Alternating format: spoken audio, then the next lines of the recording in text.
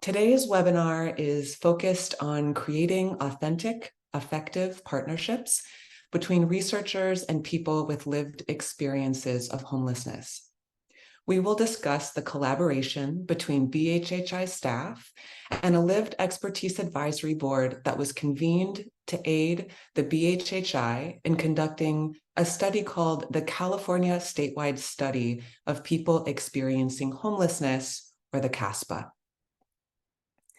The CASPEH is the largest representative study of homelessness ever conducted in California and the largest in the US since the 1990s. It is the first to pair representative sampling with in-depth interviews and the largest study of homelessness to collaborate with a lived expertise advisory board. You can find a copy of the full report by scanning the QR code here on the right or on our website, which we will paste in the chat now. Today, our panelists will give a brief presentation about the collaboration between BHHI research team and the Lived Expertise Advisory Board. That will be followed by a roundtable conversation and then an audience Q&A.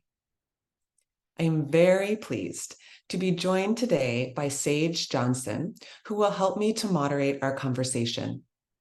Sage is the Southern California co-chair for the BHHI Lived Expertise Advisory Board. Sage's work and passion is centered on tackling homelessness for transitional aged youth in LA County, particularly Black and queer young adults. Now, I'd like to turn it over to Sage to introduce our panelists. Thank you, Dr. Kara, and good morning, good afternoon, everyone. Today's panelists include 3 members of the Lived Expertise Advisory Board. Today, we are joined by Claudine Sapilli. Claudine is the Northern California Board Co-Chair for BHHI's Lived Expertise Advisory Board and the Director of Lived Experience and Innovation at Destination Home, a nonprofit that convenes public and private partners to end homelessness. Originally from American Samoa, Claudine served in the United States Navy and the Army National Guard before starting her work in the nonprofit sector. Des Martinez is the Executive Director of We Are Not Invisible, a nonprofit organization that advocates for and assists individuals and families experiencing homelessness. Des became homeless for the first time at age 43 after fleeing domestic violence. Through We Are Not Invisible, Des helps those living unhoused in Fresno meet their basic needs through several projects designed to address the specific challenges that people experiencing homelessness face throughout the year. Jessica Gianola. Jessica currently works as a housing case manager with survivors of recent wildfires and as part of a network of volunteers who meets the needs of people who are unhoused by regularly providing resources, showers, meals, and advocacy support to those living in encampments. Jessica uses her experiences of growing up in unstable housing to advocate for housing and services for the increasing number of unhoused residents in her county. And now I'll turn it back to Kara. Thank you, Sage. Before we get into the presentation, I want to take a moment to describe community-based research. In traditional research projects, a group of researchers thinks about a problem that is important to society and that has questions that we need answered. They design a way to collect data around that question, and then they collect that data, analyze that data, and disseminate the research results. In most cases, this traditional kind of research is done solely by researchers who have been professionally trained in research. With community-based research or community-engaged research, community perspectives are integrated at these various phases of the research study. And power and decision-making is shared between researchers who've been traditionally trained in research and community members with lived experience of what's being studied, or people who are working directly with these communities. And studies have shown that this kind of research is better able to really get at the lived experiences of people and to create better policies and research findings. In the case of the CASPEH, the BHHI research team had several different community partners. One was the California Department of Health and Human Services. One was the counties in which we did this research. And then we also convened 3 community advisory boards specifically to help us analyze and create the plan and the method and think about best practices for the CASPEH. These community advisory boards included a lived expertise advisory board, a policy and practice advisory board, and a learning collaborative advisory board. And you can learn more about these 3 boards in the link that Erin just put in the chat. For today, we are going to be specifically talking about the work that we did together with the Lived Expertise Advisory Board. And for that, I will pass it over to Claudine Sipili to tell us more. Hi, everyone. A Lived Expertise Advisory Board is a leadership body made up of external advisors who have lived or living experiences of the topic being studied or the issue that is being solved. Members of the board meet regularly and they share input on critical processes. They are called upon to use their lived experiences in advising on aspects of the research project. BHHI knows that people who have lived through homelessness have the deepest and closest understanding of the day-to-day experience of homelessness and can help organizations and researchers understand the complex intersectional dimensions of homelessness. A board member, Sage Johnson, who you saw earlier in the presentation, says the term expertise really puts in the fact that not only do we have life experience of that event or navigating whatever took place, expertise comes in how we structure our experience into constructive criticisms, insight, inputs, and feedback to the applicable parties. I have been shut down in rooms before using experience alone. So with expertise, it's like, no, you can't refute what I'm saying. I have the track record of being in these rooms and helping. I'm an expert. In other words, people who have lived experience are uniquely able to understand the entire context of what is happening for people in a way that researchers cannot always see. For this reason, it's important for them to be recognized as proximate leaders in the research process. Des Martinez, who you will hear from here soon, says it very well. It's our table. We know how to address it because we've lived it. The BHHI Lived Expertise Advisory Board was a group of 9 advisors from across the state of California who represented a range of lived or living experiences of homelessness, from rural and urban communities, living sheltered and unsheltered, young and old, in families and single. Our board came together before fieldwork began and were trusted partners to the BHHI team through each stage of the research and analysis process. Before and during data collection, the Lived Expertise Advisory Board members provided feedback on the survey, helped to co-create in-depth interview guides, helped train frontline staff, worked as community workers in the field with the research teams, connected the BHHI team to outreach workers across the state, attended meetings with county leadership, and helped BHHI develop fieldwork best practices. During the data analysis and dissemination phases of the CASPEH study, LEAB members helped BHHI staff make meaning out of study results for the final report and conducted interviews with national news media outlets about the CASPEH, such as these articles and podcasts from the LA Times, Associated Press, New York Times, and KQED, to name a few. Hi, thank you, Claudine. This is Des Martinez. Board members also co-present the findings of CASPEH with BHHI researchers at local, state, and national audiences. Here we are presenting at several major national conferences focused on housing and homelessness, such as the National Conference of National Alliance to End Homelessness and the Leadership Conference of the National Coalition for the Homeless. Board members are part of an academic paper writing teams where we help researchers making meanings of the CASPEH findings and serve as co-authors. We provide critical analysis, writing, and thoughtful leadership on toolkits, mini reports, policy brief, op-eds, and so much more. How we exactly do this? Well, we will have a second webinar in 2024 where we will go into detail about our collaborative process. Today, we want to talk to you about setting up a structure for this work before you begin. Board member Robin Roseheimer urges us to remember this quote by Stephen Covey when doing collaborative work like this. Change happens at the speed of trust. During our work together on CASPEH, we have all learned that trust happens at the speed of the community.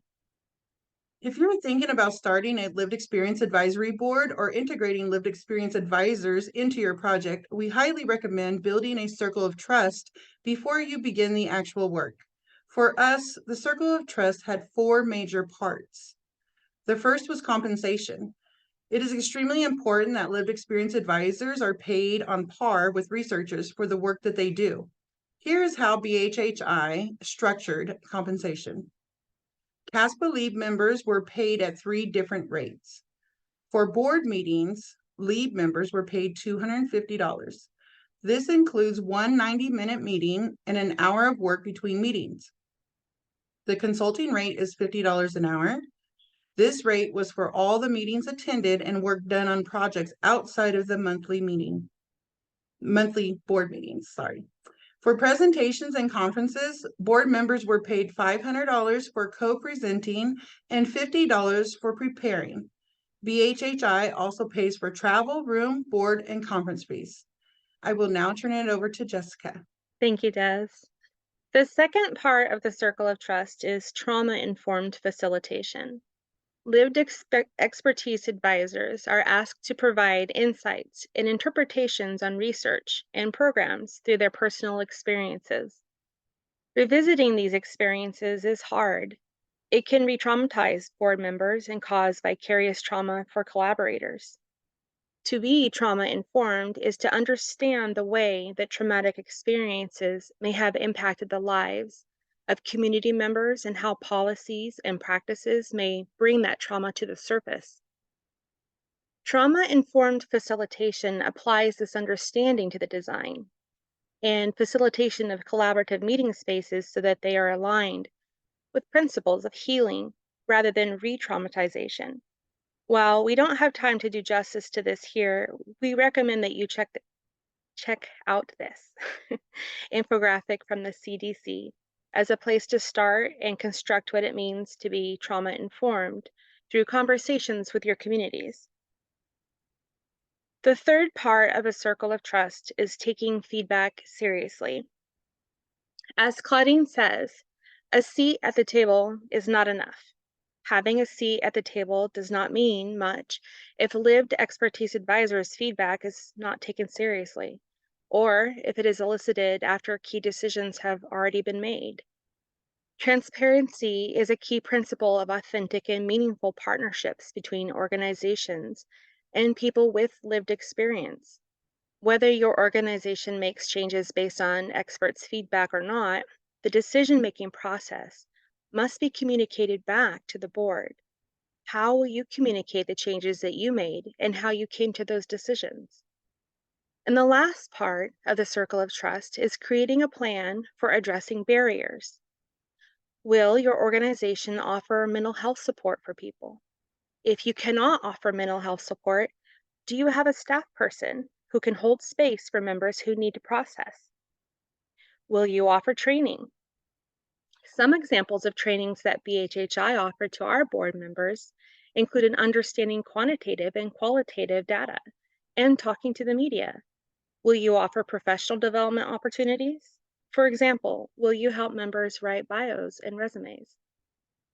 Together, these 4 components make up a circle of trust that we believe can serve as a solid foundation from which to do this important work together. And now I'd like to pass it back to Sage. Hi, me again. Thank you so much, Jess. And I'd like to welcome all of our panelists back up for our portion of the program, which is now our roundtable discussion moderated by moi. All right, so we're going to start off with number 1. And Jess, I'm going to start you off with this one. What are the main challenges that researchers and organizations might face when incorporating people with lived experience of homelessness into research process? And what are your tips for helping researchers resolve these challenges? Thank you, Sage. I like to consider access points for people who have either lived experience or living experience of homelessness. Are people able to attend meetings with the rest of the group so they can give their input and advise the board? Do they have a charge on their phone or their devices, their electronic devices? Do they have a safe place where they can participate without distraction or feeling unsafe? Do they have a job? Are they providing outreach? So, do they have time available to be able to participate? So, some workarounds could be offering different times that work to be more inclusive for people who have that lived experience to participate after hours, or different ways of connecting and sharing the information being discussed. Transportation, maybe transportation is an issue for some folks. So just looking at all those different barriers that are in place, those are challenges for folks when they want to participate in something like this. Having the support of their community, maybe their employer. Are they encouraged to do this kind of work? Those are all important things that can present a challenge and to be aware of. Thank you. Thank you, Jessica. Those are all wonderful points. Claudine, I'm gonna tap you in next for this question. Yeah, absolutely. I definitely think establishing trust and building rapport is going to be one of the biggest challenges that entities, not just researchers and institutions, might run into. And this is usually due to the vulnerability and often traumatic experiences of individuals either currently experiencing homelessness or coming out of homelessness into housing. I think if you are in this webinar, you know that there's suspicion, right? There's always suspicion, especially when people that have often been marginalized by society are approached for their experience or expertise. So definitely that suspicion towards researchers and institutions can definitely hinder people's willingness to participate. So as far as tips on helping with that challenge, I definitely think investing time in building relationships before diving into data collection is critical. Also, use what you have, right? Engage with community organizations in your community and leverage the existing relationships that those organizations have with people with lived experience of homelessness to sort of bridge the trust gap. The other thing is transparency is huge, right? So transparency about the research goals and outcomes is also crucial. And really, when I say transparency, I'm really talking about number one, being very clear from the very beginning, from the start of the project, of what is expected and of the people with lived experience that you are engaging with, and also how their input and feedback would be integrated into whatever project you're putting together. Thank you, Sage. Amazing points, Claudine. And Des, I'm also going to tag you in for this question as well. Yes, so some of the barriers I would say would be like Claudine and Jessica had brought up, would be transportation is a huge, huge barrier. Cell phones, Wi-Fi access, those things that they will need for the meetings. They can help provide bus passes. They can help provide tokens so the individuals can get to the meetings. They can provide Uber or Lyft accounts for their organizations to provide those if the bus is not in the area where the individual resides at. Personal transportation, having the organization have personal transportation, pick them up to and from the meetings, to help them, to provide them with the phone, maybe help them find out how they can get a government phone, or if your organization can get phones, inexpensive phones with service on them so that your board members can be contacted via the phone, right? They can also provide a laptop. They can provide Wi-Fi boxes so the individuals can go ahead and attend the meetings. These are going to be barriers that they find with people with lived experience because they might still be experiencing or just gotten housed, which means they still have financial difficulties to gather these tools in order to be a part of a board. Understand us that if we come up missing, never think that we don't want to be a part of it. Understand that someone might not have had somewhere to sleep last night. Their phone might not be charged or it was stolen. They might be in the hospital, picked up for trespassing because we have to sleep in certain areas and be taken to jail. Reach out for us, look out for us, go to the spots where we were last at or the shelter, maybe the apartment we just received. We just don't disappear, especially being a part of something that's so important that we've waited for so long. If an organization can help seek shelter or help apply for housing for any of their lived experience advisory members, then that would be great too, because then they'd have a better chance of being fresh and prepared for your meetings. That would, and understanding us. Like Claudine said, I mean, we do open up when we start trusting you. And as long as you let us know that the information we're giving you is being put to use, and that you let that individual know, your ideas are amazing. And we told the county, like, we want to start incorporating that. Let us know that our ideas mattered. Thank you. Thank you, Des. And speaking of the circle of trust, that leads us to question 2. During the presentation, we talked about building the circle of trust. Can you share which parts of that circle are the most important to you and why? And Jessica, I'm gonna have you lead with this question. Thank you, Sage. I would have to say that 3 of those really touch me more personally, and that's going to be with our trauma-informed piece. For lived experience board members, having to recount experiences that they've lived through and potentially helped clients with if they work in the field or volunteer in the field, those types of recounts can often re-traumatize. And we're remembering in the moment, we're living those emotions again, those fears potentially. And so having that trauma-informed awareness as part of the board, not only with those facilitating the board, but those on the board, so that we're not activating each other unintentionally, or if it's unavoidable, how do we support each other? So just having that awareness is really important. It's critical. It's a critical piece of the board.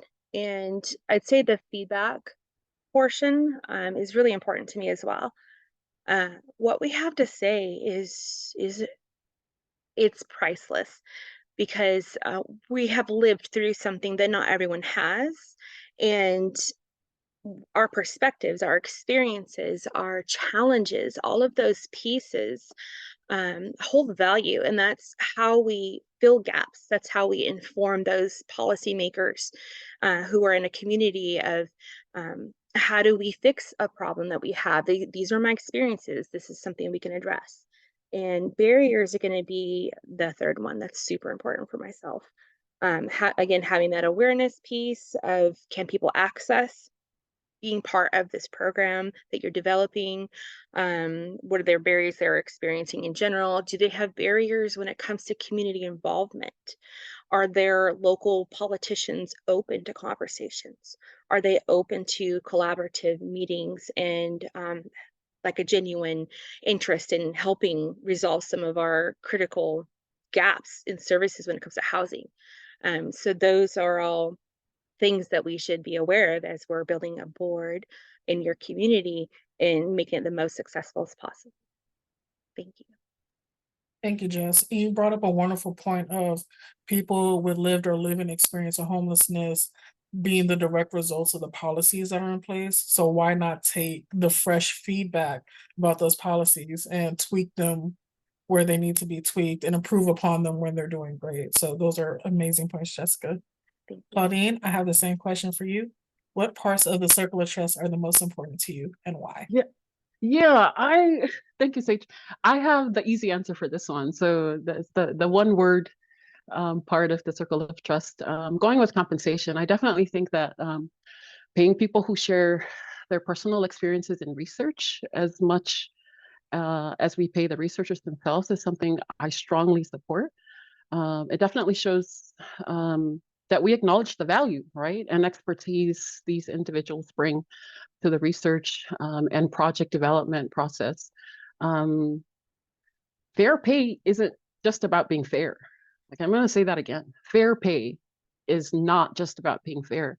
It's a way of recognizing the time and effort and emotional work that these advisors put in. I know that emotional work piece is often taken for granted. You know, it's usually not top of mind especially for people that have never experienced homelessness and maybe don't completely understand the trauma that comes from going through or living through some period of homelessness. The other thing is it reinforces what they share, right? The experiences that they're sharing are not just stories. These are actual experiences that people have lived through and survived, right? So it really matters, and it influences the results of our work. So in creating a circle of trust, fair pay is like the solid base. So showing that we genuinely care about and respect the experiences that shape the research. Thank you, Sage. Amazing, Claudine. And I just like to add with fair pay, make sure it's just not a Target gift card or McDonald's gift card. Like let it be, let the compensation be what you yourself as a researcher would like to receive, in addition to other methods in case someone doesn't have a bank account, or someone doesn't have a store nearby to go cash out that gift card. I think in California, if it's like $10, you can cash it out. But let's be realistic when providing compensation with people, and make sure there's various forms of compensation that someone is able to say, yes, I want to opt in for this. So amazing points, Claudine. And Des, same question for you. What parts of the circle of trust are important to you and why? I would say the most important part would be the trauma informed. Like Jess was saying, there's so many with lived experience. You have to expect that we have lived through trauma, and that when we go out, we do these researches and we talk to other folks, we end up sharing our trauma we experienced. Not only that, we go out and we're re-traumatized sometimes in the field from the trauma that we've experienced already. So trauma-informed facilitation is so important to this work that you can then take back the feedback seriously. Also compensation, yes. Like Claudine said, compensation. Me, myself, for 8 years, I've been doing this work and I have never been paid until I met BHHI. And they made me realize that they weren't just telling me that my voice mattered. They paid me, and I got to do something for myself. I got to buy a nice shirt. I got to buy a pair of shoes. I got to do more than what I was doing before. And when I say compensation means so much, I put gas in my car.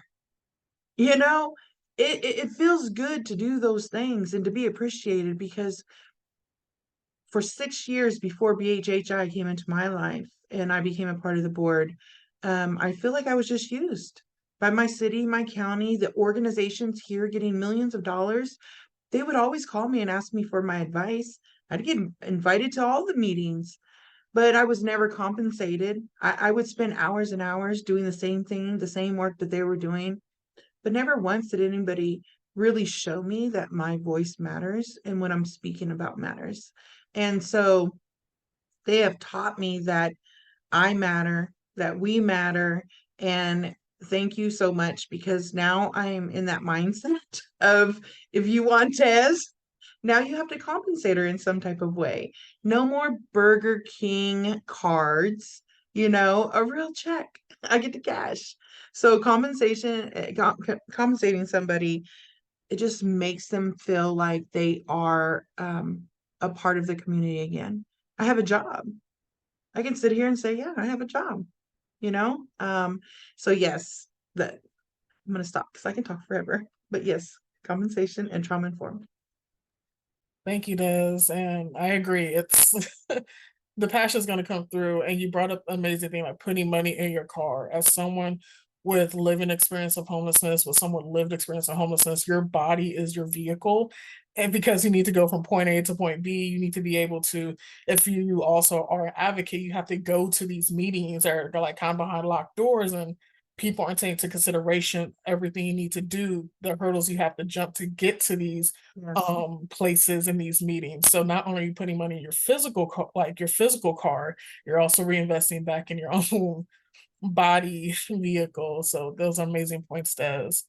And we can go ahead and segue into question number 3. Question number 3 is, how did the board make a difference in the outcome of this research? That includes specific roles played by individuals who have lived through homelessness and providing the feedback on the survey instruments and the interview guides. And Claudine, I'm gonna start with you for this one. That's a difficult question, I think. So thank you for picking me first, Sage. So I definitely think the board made a significant impact on the research outcome by emphasizing the importance of a human-centered approach. So their insights guided the research teams in recognizing that achieving meaningful results really required treating people like how you would want to be treated, right? And that's treating individuals experiencing homelessness with respect and dignity. I was very proud to be a part of that process, you know, in discussions with the board and then having the research team, you know, be in the same meetings and also out in the field. I really feel like the board highlighted that this population has often been overlooked and marginalized by societal and systemic structures, right, that are aimed at addressing homelessness. So therefore, each of our roles as the board was very instrumental in advocating for an approach that really prioritizes respect, dignity, and trust building to ensure the research process was both effective and definitely ethical. Thank you. Thank you, Claudine. Des, same question for you. How did the board make a difference in the outcome of this research? Okay. So this one was a tough one for me because I'm such a crybaby on emotions. Claudie. Ooh, so I had to write it down so I stayed focused, okay? So for me, the board is the first time that I felt like I was a part of something and I was able to keep my dignity. I didn't have to pretend. It made me feel human.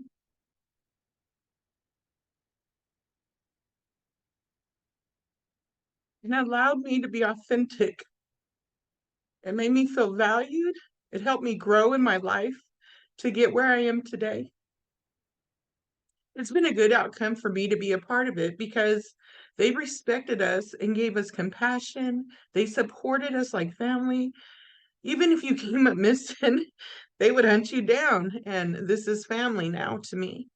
Everybody is very responsive and supportive. Like if you're going through something in your own town, all I have is a phone call to make and somebody will answer. When your board turns into your family, you're making a huge difference. And Cara gave us so much love and compassion. You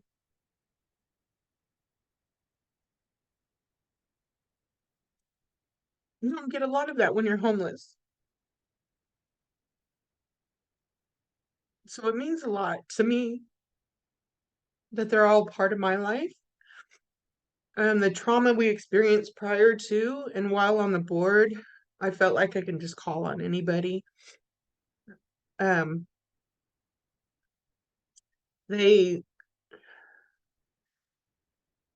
can't say enough about this board, and I really hope that everybody has a board like BHHI. And I really hope that they treat their lived experience advisory board the way we were treated, because it's the best experience that I've had in past 10 years of experiencing homelessness and fighting the system and trying to get my voice out there to be heard. I don't know where I'd be today without this board. They have helped me grow in every way, every single one of them. And I can go on, but this board is the best. You already get rid of me, even Claudine. We love you too, Des. Believe you do not feel alone with that. I mean, the fact that we're all human and respected as human and not just like a byproduct of stuff, it's Right? so it's affirming. So we love you too, Des. Honestly, See, we love amazing, you too. beautiful family. Thank you. Jessica, I want to go ahead and tag you into this question. I actually forgot what the question was for a moment. How did the board make a difference in the outcome of this research? Thank you. And I just want to acknowledge the sentiments shared by Des as the opportunity of a lived experience board it really is priceless.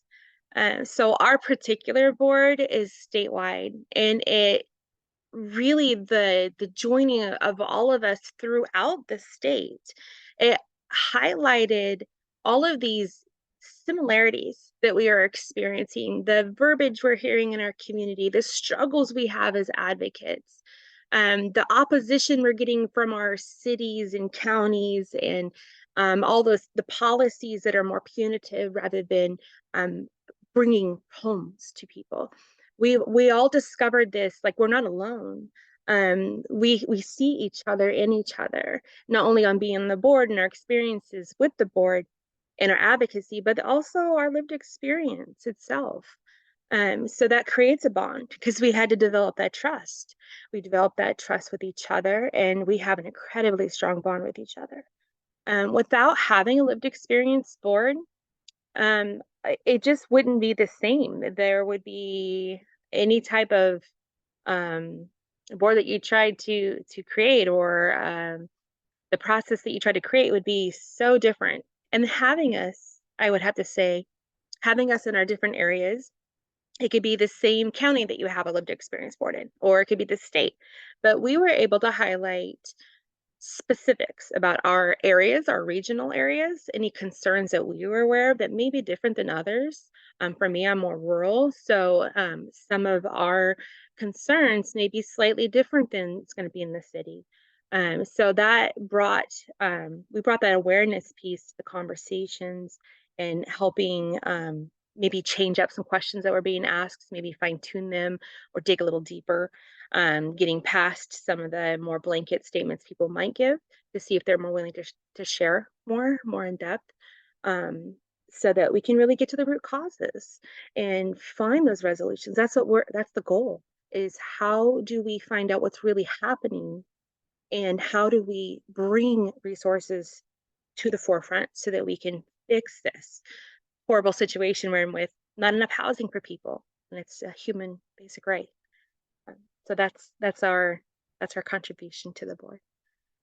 Thank you, Jess. And I want to ask if you could take a moment to talk about, if a LEAB wasn't present in the concoction of the questions, and then how would the survey come off to participants?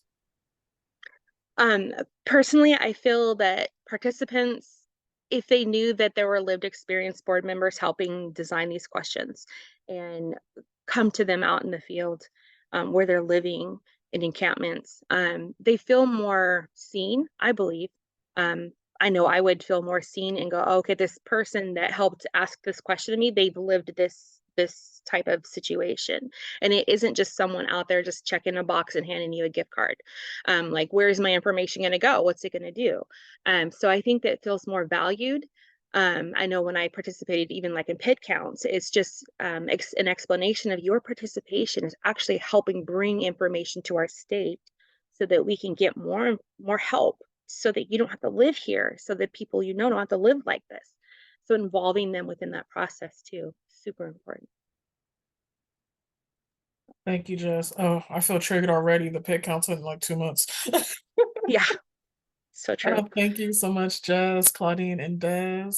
I'm sending you hugs as I'm going to go ahead and allow Dr. Kara to come back and lead y'all through the Q&A panel. Well, the Q&A questions, forgive me. I've been talking a lot. Okay. Sage. Thank you so much, Sage. And if you want to stay on, please do. Would love for you to chime in here as well. And thank you so much, Jess, Des, and Claudine, for your candidness and your empathy and your vulnerability here. And, you know, one of the questions that we have that's come up here from one of our audience members is about how we recommend organizations balance staff facilitation in lived experience leadership roles in advisory boards. And I think this is a good place to start because it really highlights something I was thinking about as you were all talking. I don't think that this board worked as well as it did because we got everything right at BHHI. We didn't.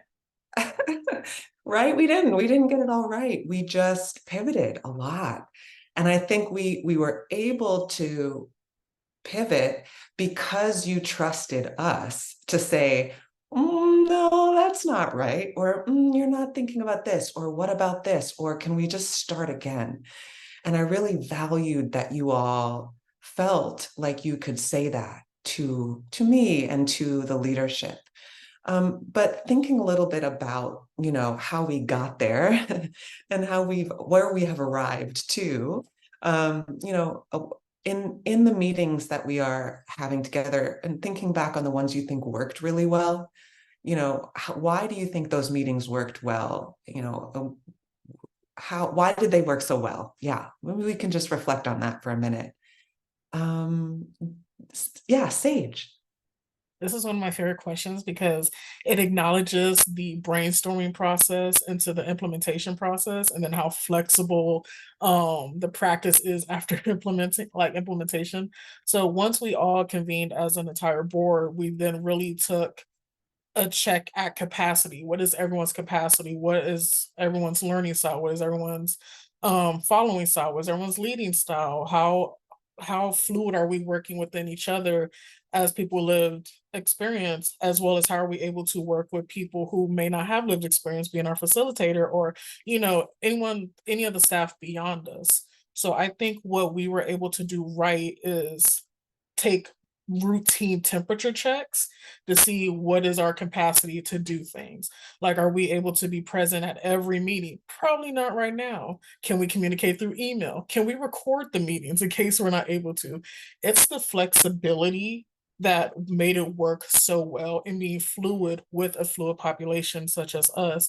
And then for organizations, Lord, the sirens may beat me out, but I would say having people with lived experience in as co-facilitators, as co-moderators, helping take on some of that responsibility can definitely help lead the progress of the things happening. And I'm gonna just mute because silence. Thank you, Sage. Jess. Thank you. I would have to say that our common goal was what really made this work. It's not only us as board members, but your common goal too, Kara and Margot and everyone involved. We all have the same common goal, and we're all so involved in our communities and in policy change and trying to make that difference. So we already came to the board so excited. We're like, okay, here's an opportunity. Here's an opportunity of a lifetime. Let's gather this information and share it and make that difference happen. So we all had this common goal and these common experiences and support each other so well. Each and every one of us, I just to see everyone so kind to each other and in their experiences and sharing and giving space. It's for me, my heart grew so much out of this experience, and it was just that these hearts that came together that made the difference, and it's going to continue making a difference. I know we are. Oh, thank you. Thank you, Jess. Des. Yes, I would say I would definitely piggyback on what the ladies had said already, but also to add that BHHI had a team. How they picked their team to come find us, I don't know, but they had a team already prepared, and these individuals that were on this team were the most understanding, compassionate individuals, and they allowed us to progress at our own pace. They never forced us to hurry up and do anything. They never forced us to speak up on our experiences. We were forced not to do anything. It was at your time. And if you need help, here's our phone number. Personally call us, personally contact us. Their team was so amazing and so understanding. I just have never met a group of people like this. They were so amazing, but they gave us our own time. We were never rushed, and that's what makes me feel comfortable in this board. And I think what separates this board from any other board that I have experienced so far is the amount of time that they allowed us to grow in here, the amount of time that they allowed us to be comfortable. If you went to 8 meetings and didn't speak, then you just didn't speak. That doesn't mean you didn't speak to somebody offline where they would call and say, hey, is there anything you want to talk to? It's family, and they made sure that everybody was treated.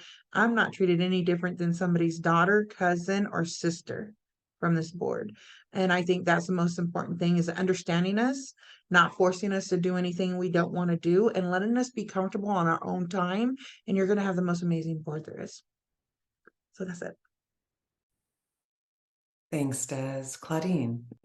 Yeah, thank you. I've been itching in my seat to answer this question.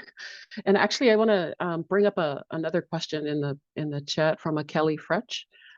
She was asking, do you think lived experience focus groups can be a useful stepping stone to creating an advisory board? And the reason I bring up that question is because it ties into this question.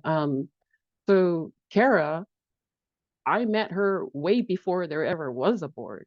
Like, she went beyond, and I don't know if her boss made her do it, who knows, right? But I met with her one-on-one at a place I chose, drinking a beverage I love to drink, coffee, right? And she was specifically interested. I had an audience of one, right, with her, and she asked me the hard questions. You know, I answered, and then she asked me one of my favorite questions, right? And that was, what do you want out of this? You know, and I was very adamant about, I don't want just you and BHHI to benefit from me participating in any kind of discussions on the board. I want to benefit in not just a personal development way, but especially more so a professional development way, right? And have I gotten those two goals met? Absolutely, right? So, but one of the things, so getting back to Kelly's question,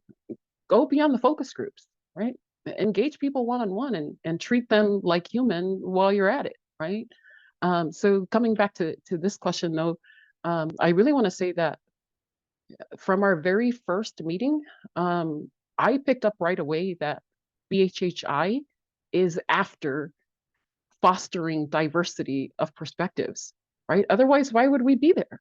Why would they need us? I mean, they're smart PhD holders, you know, in a research team. Why would they need us, right? So it was important to me to sort of narrow in on that and then go, oh, wow, I can speak my mind without being retaliated against.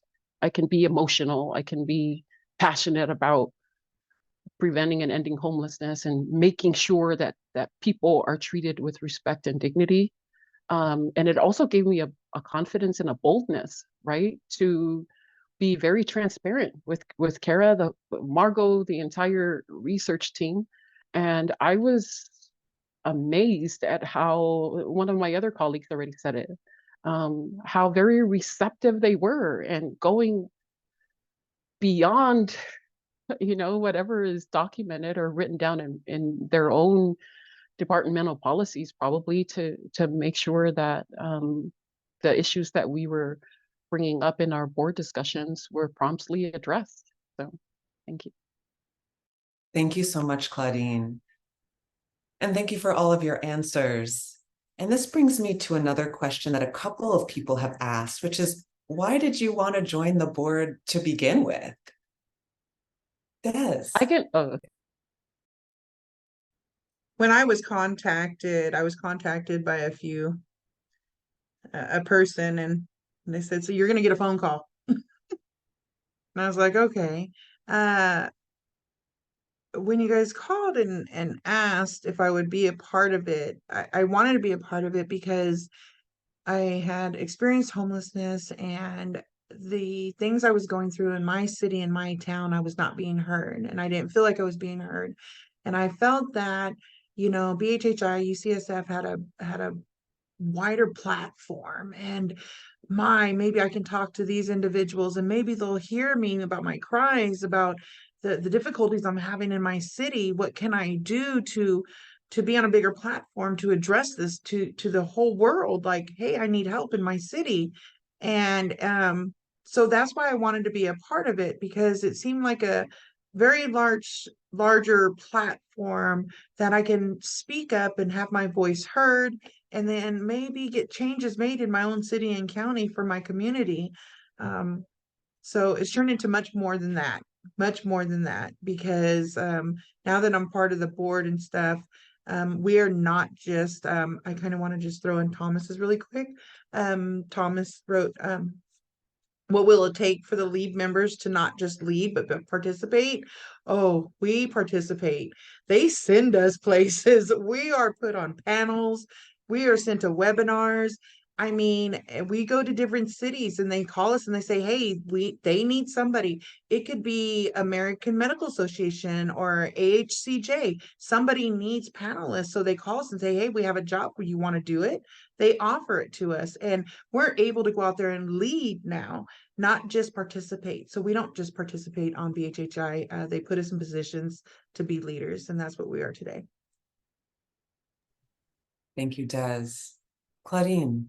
Yeah, I'll go very quickly. So when I heard that one of the aims of the study was going to be examining the immediate causes and triggers of homelessness, or that lead to homelessness, and then the second one that really appealed to me was describing the personal experiences of individuals while being homeless. Like, I was like, oh my God, I want to be a part of this, right? Because I've been in so many conversations where the system, quote unquote, and maybe even people out in a community that know nothing about homelessness, they put the blame on people experiencing homelessness, right? And it's like, I don't know, it made me mad, right? So you're blaming the person for being homeless as if they woke up in the morning and decided they want to be a homeless person. Or when you're in grade school and you're asked that question about what do you want to be when you grow up, you say, I want to be homeless. No human wants to be homeless, right? So I jumped at the chance because I am very passionate about preventing and ending homelessness, and I was going to have my voice heard, right? And when you are a brown female that has experienced homelessness and is used to being brushed aside by society, by mainstream society, and you get an opportunity at this grand scale to be able to speak up and have your voice heard, you're going to jump at it, right? And that's exactly why I did it. And I don't have any regrets. My hope is that people that are coming out of homelessness that are interested in sitting on boards like this can feel empowered to suit up and show up and speak up. Thanks. Thank you, Claudine. Sage. Hi, me again. I'll make this brief. Well, I'll make it short. I'll condense it. Two things. One, as someone who's born and raised in this beautiful state, it still baffles me that I myself and my mother, who was doing everything right, still ended up being unhoused. And shout out to you, Mom. She's not here anymore, because unfortunately there's always a casualty with homelessness that we should acknowledge, and not just the precipitants of how people become homeless, but also the people who lose their lives because homelessness does take away your livelihood. So my curiosity started with me being in my local area and finding out about homelessness and being a part of the advocacy here, especially on behalf of young adults. I'm still a young adult myself who experienced being unhoused. And then I was able to advocate on the national level with the National Alliance, but I wasn't for the state of California. So the fact that this is the first independent study of homelessness done since the 1990s, I was like, yes, I would love to be a part of this, because I need to know exactly what is causing people throughout the state to become unhoused. Like it can't solely be on the individual experiencing it. Like there are some things in place to where like, right, like the rent control or, capping the rent at certain markers and just all these other things that I now understand more, having been a part of the survey, has really helped me understand more about homelessness throughout my home state. I'm one of the statistics. I was born here, I was raised here, and I became homeless here. Yes, I am housed now, but there's still more people like me who are currently going through housing insecurity. So this survey has helped me make sure that I still humanize people who are going through housing insecurity, as well as being able to still have more ammunition to speak on behalf of people who are going through their own trials and tribulations. Thank you. Thank you so much, Sage. Jess. Yes, thank you. I myself, just like the rest, I jumped at this opportunity. As someone who has spent years, like in this horrible cycle within my community of trying to better educate the participants of homelessness and what people are experiencing out there, because there's so much incorrect information, the bias. I was just spinning wheels, and I went so far as even running for a local city council seat, just trying to help make change. But I just was feeling stuck and blocked and beat down, and feeling like, okay, the outreach I bring is trying to keep people alive. And the whole time I'm thinking this is just temporary, because we're going to get this fixed, right? We're going to fix this problem so people have a home and they have food and they have a fridge to put their food in and they're safe. But year after year is going by, and I'm going to council meetings and I'm writing op-eds and I'm writing, our local editor, and trying to educate. I was feeling, like Dad said, ignored. And so I was like, okay, an opportunity on a state level. That's what we need to do, is reach outside of our individual cities, and connect other cities, other communities, what's working for them, what's not working for them, what are they experiencing, what are their barriers, how do we get our voice louder. I feel like I just wanted to stay on the highest platform and just have like the biggest microphone and just really get all that information out there. And I was so excited to have this opportunity to do it. And then the opportunities that have come since, being in the op-ed project is just a huge, another big platform opportunity. And the participation we've had with going to presentations and co-teaching and working on research papers, like we're making real lasting difference. Our names will be down in history. Like you can look us up 50 years from now and you'll find our names. Like we tried, we're trying, we're gonna keep trying. And I think some of us are just gonna really make it big with um, making that lasting mark. And so this was an opportunity just kind of handed to us. And I was so grateful to get it. And I thank you so much. And I can't wait to see and hear about other developments that come from this. Like this is like the birth of something more to come. And I appreciate it. Wow, what a beautiful and perfect note to end on.